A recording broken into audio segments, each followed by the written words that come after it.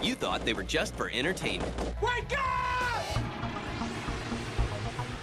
The original use of simulation for the military was strictly training, and the gaming industry is about excitement and entertainment. How can we blend those two together?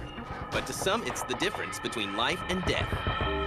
The Army has zero tolerance for casualties. When they lose a guy, that means that an 18-year-old kid is going home in a body bag and his parents get a letter. We need backup and transport. We are trying to tie together the Army's training objectives with the entertainment aspect of the game. From my military background, I recognize that anything that enhances the performance of soldiers has got to be a good thing. So gear up and get ready. Stand by! Go, go, go! Soldiers were playing on their own time at all hours of day and night, voluntarily training. And this is not something that generally happens.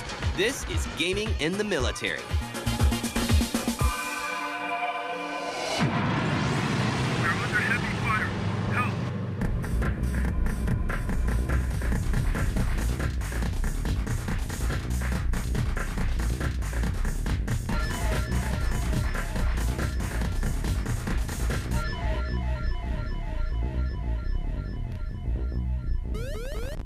1982, the U.S. Army considers using the popular arcade game Battlezone as a training simulator for the Bradley fighting vehicle. Ultimately, the project is canned, but the idea is not forgotten.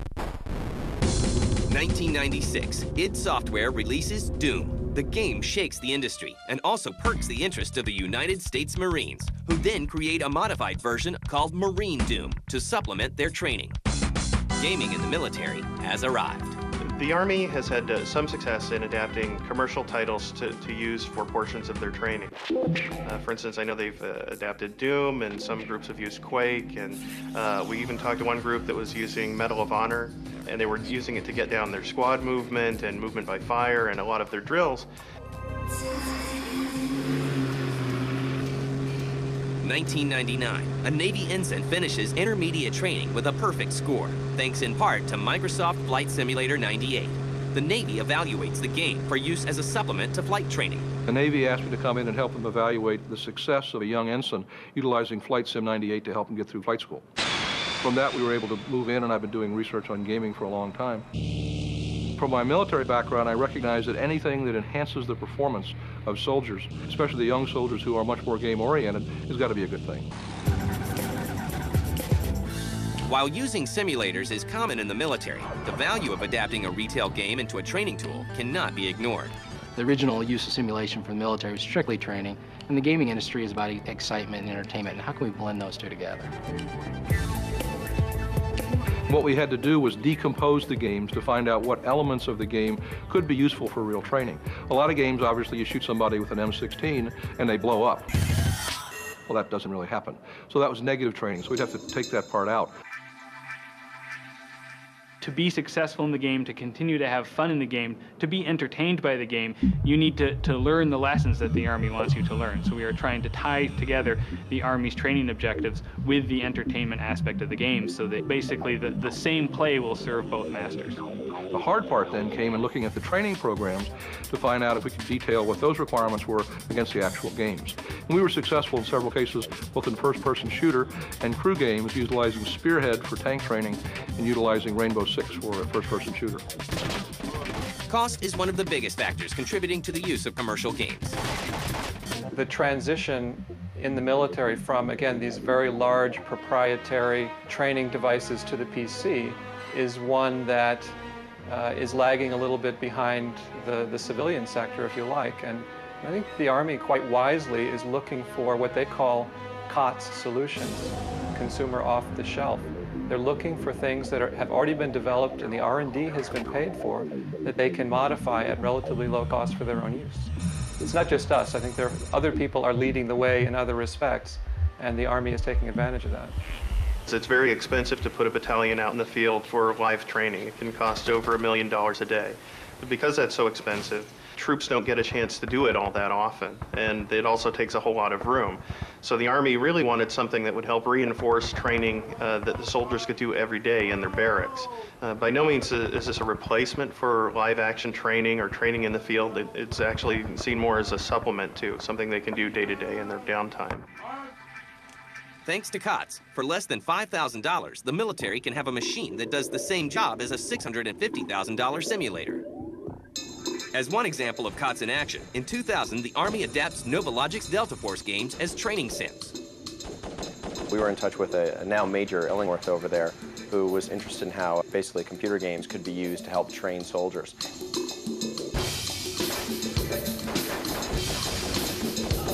He's working with the Land Warrior Project, which is outfitting the next generation of soldier with technological equipment.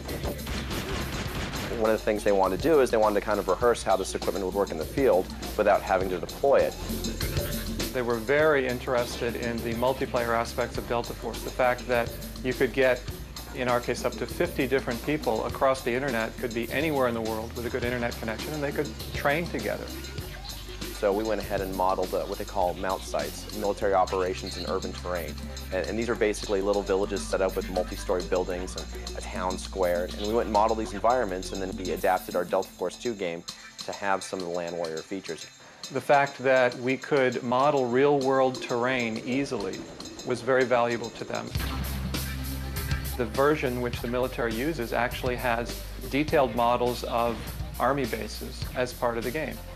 Specifically mount sites, so that soldiers can rehearse on a computer and then go to a military exercise and in real life do what they did on the computer.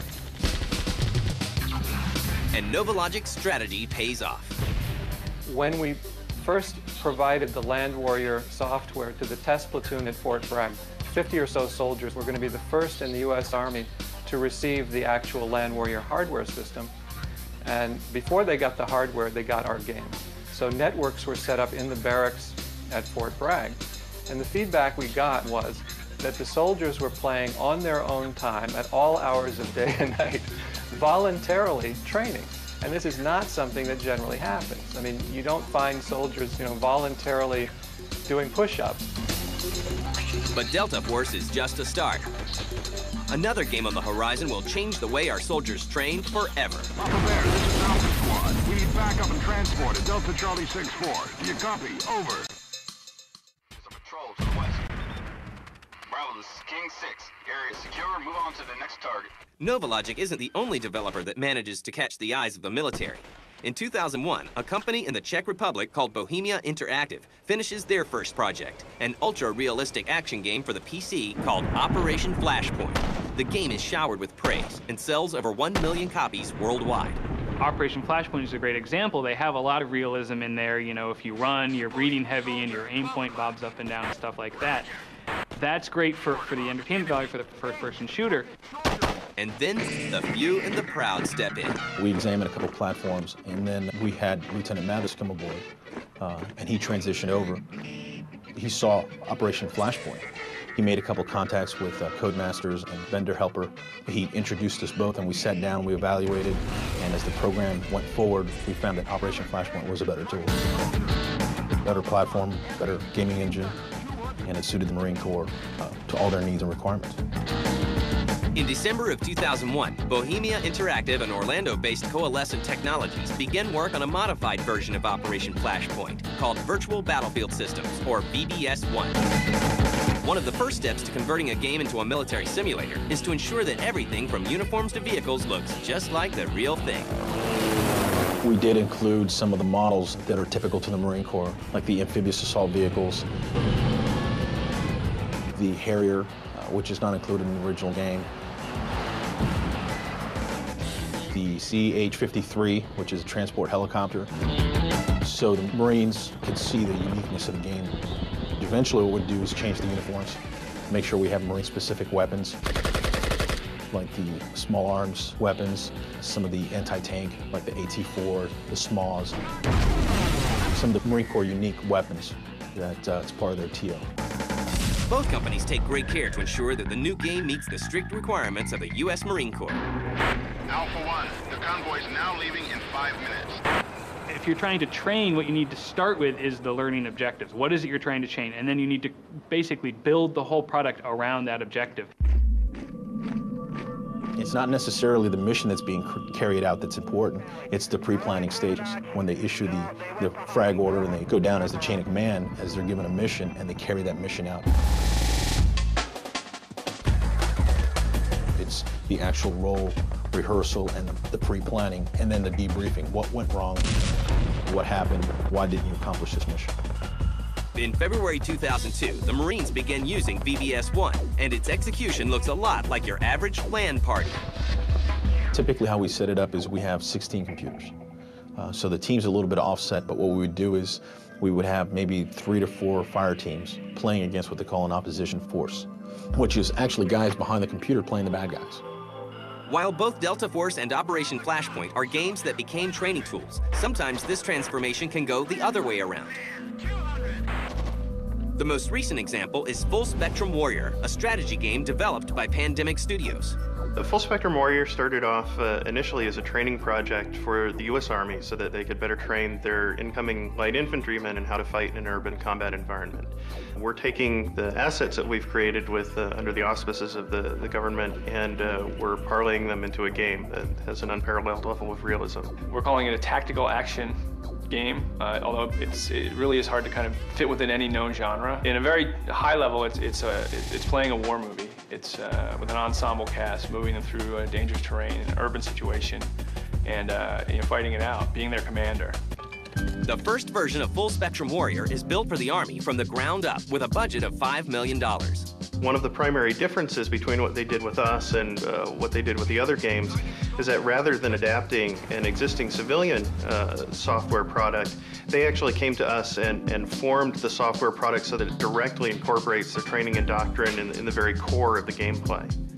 So this was developed specifically by the Army, for the Army. As a result, there are some key differences between Full Spectrum Warrior and other games. The goal for most games is purely on excitement and the emotional thrill and the graphical experience. Tango down! Whereas the Army's goals are really to train their soldiers, not necessarily to make big explosions, but to accomplish their mission with the least possible use of force and also to keep their guys safe. You know, in a game, keeping your guys safe is not a really major factor. If you lose a guy, you just hit reload or you get another life. The Army has zero tolerance for casualties. When they lose a guy, that means that an 18-year-old kid is going home in a body bag and his parents get a letter. And to turn this military game into a commercial product, a little bit of Hollywood comes into play. When people play games, they expect a little more graphic and audio impact, akin to what they see in movies. Some of the ways that that's evidence is when an M4 fires, it really isn't a super loud, ear-shattering crack. But for a gamer's perspective, that's what he's used to seeing in movies, and there's a payoff there, a visceral thrill to hearing that when he has his guys shoot. So we make some changes basically to sort of Jerry Bruckheimer, the Army version. We'll have a story to kind of keep it all together so it makes sense and progresses through. So what type of cargo does it need to have? Something that we wouldn't want the bad guys to get. We're also going to add more individuality to the characters. In the Army version, who the characters weren't as important as just making sure that they behave like humans. But in a real game, I think that players are going to expect that those are actually characters. When Pandemic Studios finishes the Army version of Full Spectrum Warrior, the top brass is impressed. They had a blast. The reaction's been through the roof. They were really blown out of the water in terms of what they've gotten. Their traditional simulations like this are like Excel spreadsheet, little dots, top down, move it runs a little, very turn-based. And they were just amazed that they are able now to actually visualize what it means to be in an urban combat situation. With the Army version done, Pandemic focuses on the retail version, which hits store shelves in the first quarter of 2004. Contain the enemy with explosive force. Meanwhile, the Army decides to try their hand at something completely different. That's not the enemy!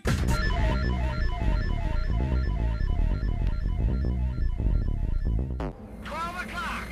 Enemy. MI-17.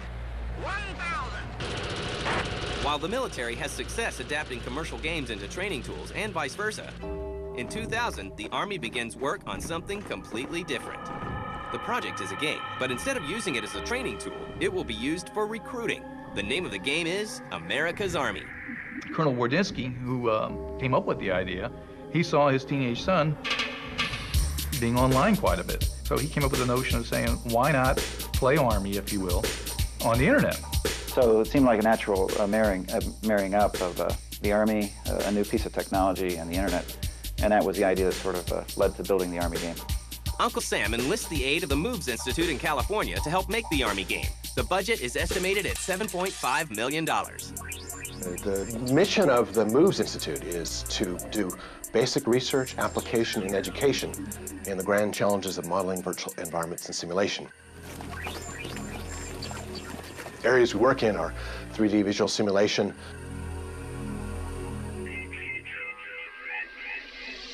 networked virtual environments, computer-generated autonomy, human performance engineering, immersive technologies, and defense and entertainment collaboration. So what we've been doing the last couple of years is trying to bring in entertainment industry technology into the Department of Defense and trying to repurpose it for Department of Defense uses. So that's the sort of the origin of why we got together with Colonel Wardinsky on the America's Army project. It's kind of a hybrid group. The group that manages the effort is at the Naval Postgraduate Schools. They're professors up there. Then under them, we've got a group of students who work on the game doing research. And then we brought in from industry individuals to fill each of the key roles, designer, producer, or animator. And so it's a mix again. And just as NovaLogic learned before, the development team for America's Army finds out that the military isn't your typical customer. Okay, we have a very demanding client. Wake up! Which is the U.S. Army. We're basically the developer, but we're kind of an in-the-tent developer. You know, what we have to do is produce something entertaining, something that is Army accurate, something that is also meshes with the political message that the U.S. Army would like to show about itself. It has to pass muster from Casey's team. It then is shown to the Deputy Assistant Secretary of the Army. We have the specialists in the Army check the game out for accuracy, and then and only then can we put it up onto the internet for download. And some very unique steps are taken to prepare